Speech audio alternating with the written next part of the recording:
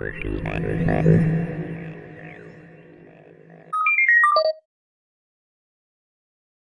guess what's most fascinating about Mars is it's a planet that in the past had liquid water. We see signs of large amounts of liquid on Mars.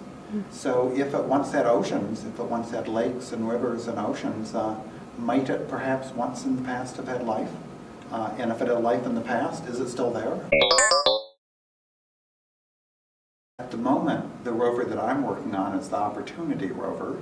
That's driven up to the rim of a very large crater called Endeavour Crater. And we're looking for signs of a type of rock called phyllosilicates. These are signatures of water, so we're interested in understanding the story of water on Mars.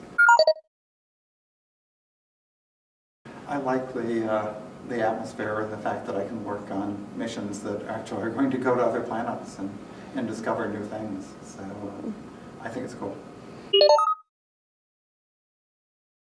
Well, I've always loved science fiction. Even when I was a kid, I was always had my nose in a book and was reading science fiction. I think to a large extent, my liking for science really came from my love of science fiction, from reading so much science fiction.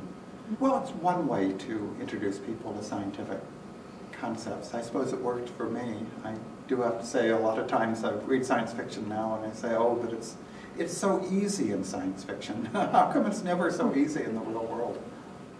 Really, the heart of science is going out and doing things.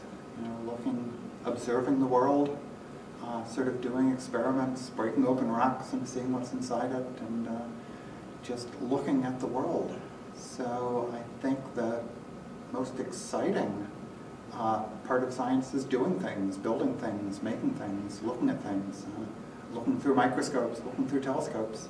So any place that you can go and interact with the world, well, that's science.